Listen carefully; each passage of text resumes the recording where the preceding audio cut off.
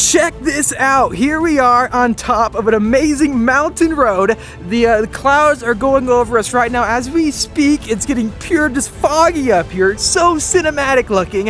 However, today is going to be a very exciting day because we're going to be checking out and reviewing the Lamborghini Huracan all-wheel drive. And a car is flying by right now as we speak. Let's see what it is. It's a JDM Fest, flying by. Anyways, though, this is a 2015 Lamborghini Huracan LP610. Now, I've driven the all-new Lamborghini Huracan STO, their new Super Trofeo Omologato, which is like the closest to a race car you can get from Lamborghini. Yet to have driven the Performante, but stay tuned for that video. It's going to be coming very, very soon. Anyways, though, very excited to see how this drives against the STO and the LP580-2. I actually drove the LP580-2 on this same exact mountain road a few years back, and it was so much fun. But the main difference between that model and this one is that this actually has a bit more horsepower at 610, and it's all-wheel drive again. So during this bit cool of a day and a road that's not the most pristine, it should put down the power and handle even better. You can really see the the clouds coming over right now. But major fan of this green right here. This color right here is actually fully metallic, and when the sun hits it, unfortunately can't see right now, but we'll get some shots for that. Anyways, though, it is called Verde Mantis. So it's funny because the Lamborghini STO that we drove and reviewed here on the channel was also a Lamborghini green. This, in its own right, just perfectly fits the Lamborghini Huracan. Look how incredible this car looks right now from this viewpoint. Now, if the clouds weren't here, you'd see all the way down and see all the curvy roads we'll be driving on very shortly. One other thing to highlight about this car in front of us, it is lowered 1 inch all around. And if you've got a Lamborghini Huracan, you gotta do this because it completely finishes off that wedge design that makes the car look so sleek and slender and just ready to go fast. Nonetheless, altogether, this spec was $292,000. What really helps to differentiate this model versus the LP580-2 and the other models in the lineup is the front bumpers, the front fascia design versus a 580. You've got these much wider and bigger openings for the brake ducts and front radiators to channel that air throughout the car to the brakes and elsewhere. Now, you can get front end lift, which this car does have. The STO looks much more like the Super Trofeo race car. This one is technically the first version of the Huracan to come out, and I love Lamborghini's use of these hexagons all throughout their designs. It's very Lamborghini-ish, and not just that, backing up, what differentiates or helps to differentiate the Lamborghinis against the Ferraris and other cars out there like McLarens is that the body lines are much more sharp and angular. And to give you a good example, a C8 has a similar design philosophy. You see all the sharp angles with the Lamborghini moving this way. Same exact thing is going on with Chevrolet and their Corvette C8 model. It makes the vehicle look much more aggressive and sleek. Now, one thing to keep in mind, if you do plan on tracking this model, I would highly recommend pulling off the carbon ceramic brakes because those can add up pretty fast over time. This one does have the carbon ceramics all around, which should give you virtually no brake dust, which is why this Lamborghini has such clean wheels right here after driving up the entire mountain. Interestingly, the Lamborghini LP610 has the same contact patch all the way around as my C8 Corvette, that being 245s up front and then 305s out back.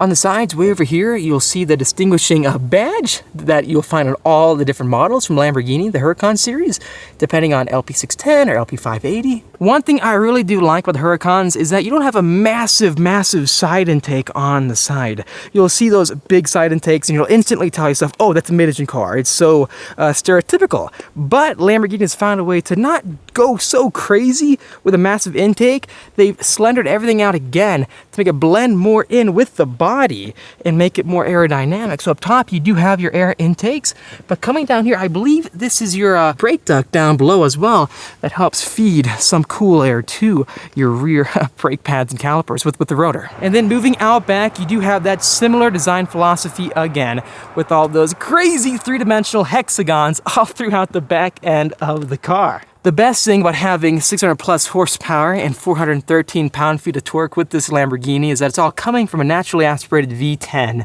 So the way these quad exhaust tips actually sound is just so stunning, and it makes sense why so many people want to buy one of these cars. Now, opening up the back hatch, yeah, it does get pretty hot. However, I really do love that you still maintain full access to this engine out back. A lot of the cars coming out these days, you can't even get to the engine. You can't tinker with it. However, the owner of this car, that being aka LV Lambo, make sure to follow him on Instagram, really does a great job keeping his engine bay super clean with all the exposed forged carbon everywhere. And one very cool thing that Lamborghini does with their models is that they give you the exact firing order out back for the pistons, that being 1, 6, 5, 10. So cool, major fan of that. Since Lamborghini is owned by Audi, you'll find the same exact engine in their R8 model. However, after driving their brand new R8 competition model, their V10 Plus, I have to say the Huracan itself is just a much more edgier and sharp car when it comes to the power plant and the drivetrain. Anyways though, let's go ahead and shut this back hatch and get in the car and go for our first drive. Okay, here we go, hopping inside of the Lamborghini LP610. Closing up the door. I love all the green accents inside, and Steven, the owner of this car, lent me his amazing Squadra Corsa Lamborghini jacket. As a Lamborghini owner, you've got to represent. Let's go ahead and start up the Lamborghini. I love the way you start up these cars. So lifting up the fighter jet style shielding, and then engine start. Yes.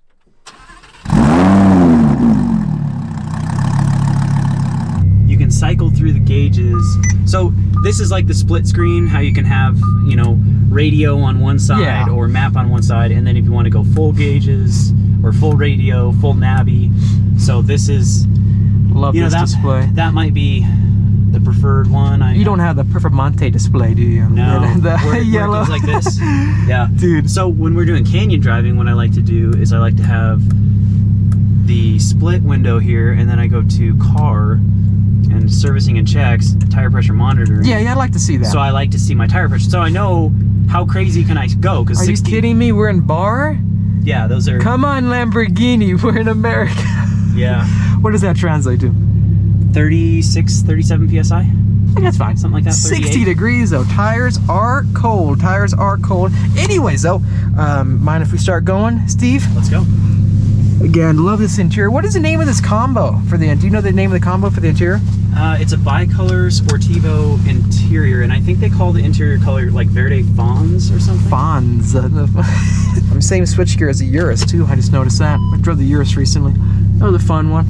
I'll be honest though, that backup camera is not the best quality. And then I suggest putting it in manual mode, because this is automatic, and automatic is going to take you in whatever mode you're in. So if it's Strada, it's going to drive like a normal car. If it's Sport, it's going to be really aggressive. It's going to downshift when you don't want it to. So I drive a manual all the time, so I press this M, and now you're in Strada. So, and I suggest you try the different modes, but the best. Definitely. Strada won't give you any pops. It's not the street mode. Yeah. So it's very gradual. The shifts are slower. It's not as, you know, gonna beat you up. But it's not a valved exhaust, so it's loud all the time because I have an aftermarket. Oh really? Pipe setup. Yeah.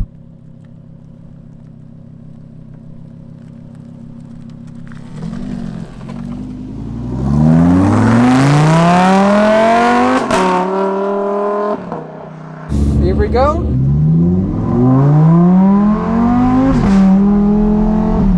Oh my gosh, that's addicting. That's just Strada, right? Yeah. Now let off, and then watch. So jump the throttle and then let off. Oh my gosh. That is so addicting.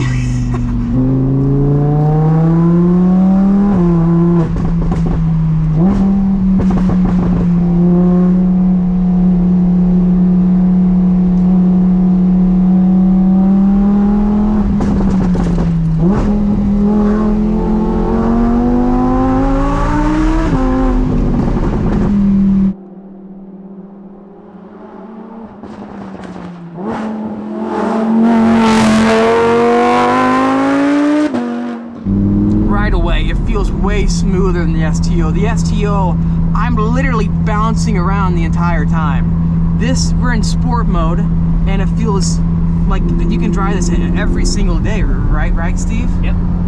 But anyways, having the special exhaust system you have, it already sounds crazy at just 3,000 RPM, but we'll go ahead and open up a bit more down here once we pass this little tiny rocky area. All right, we should be good now. Wow, it sounds insane, and the turn-in feel is impeccable.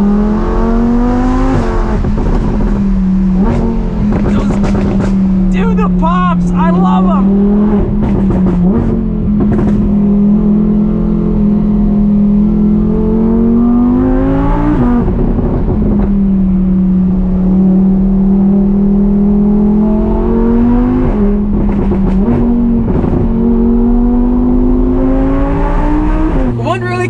That a Corvette copied about the Huracan is that you can pull both paddle shifters and rev. That is a big thing.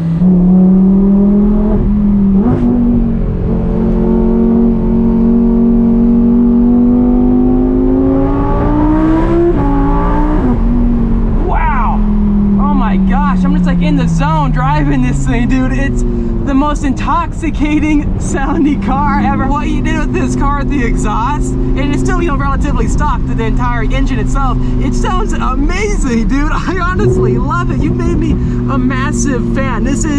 You've got this set up way louder and way crazier than the STO, you know that? Yep. The STO doesn't feel like that, and it's not beating me up right now in the corners, which is amazing.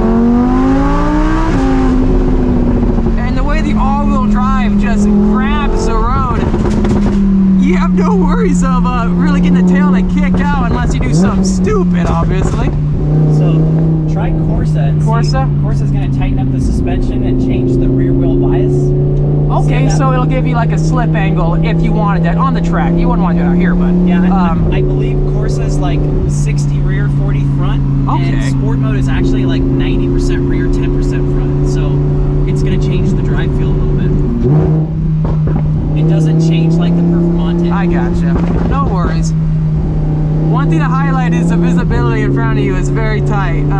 It's funny because Ferrari is up to here, I think, with the windshield, so it's McLaren. Lamborghini gives you a very Lamborghini-ish front windshield. See how that shit was bangier? Yeah, I felt a buck right there. Yeah.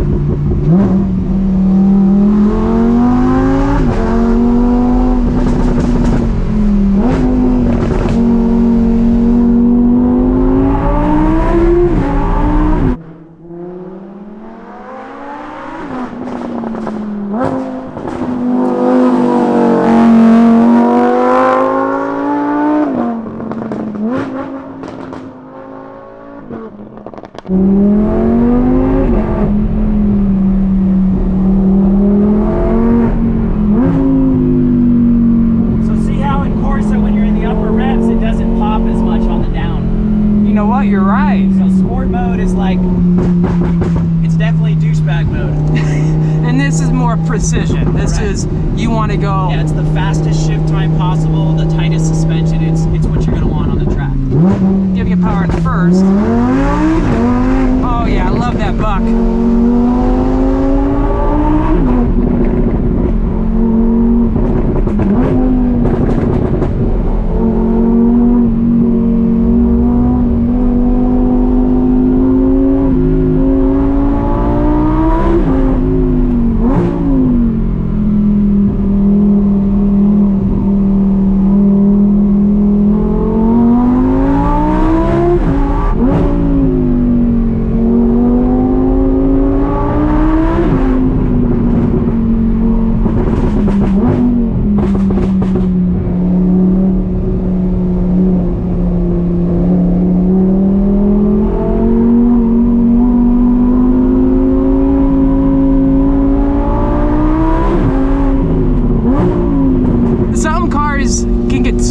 Focus where it's so serious, right? Even being in the most aggressive drive setting, it's honestly very surprising how composed and tame the car is. It's not beating me up right now, and the visibility is also still really good in this car sitting in here. The STO, you could definitely see that like a shark fin going down the middle. It's pretty cool, yeah. But definitely this is much more livable. It's not the most aggressive steering ratio, I find. Like, it gives you a good leeway with each turn, or it's not like jumping left the second you turn it like that. It just seems like this is a car that anyone can really hop in and learn it and have a fun time with it. Thrust mode. Ready? Yeah. Alrighty.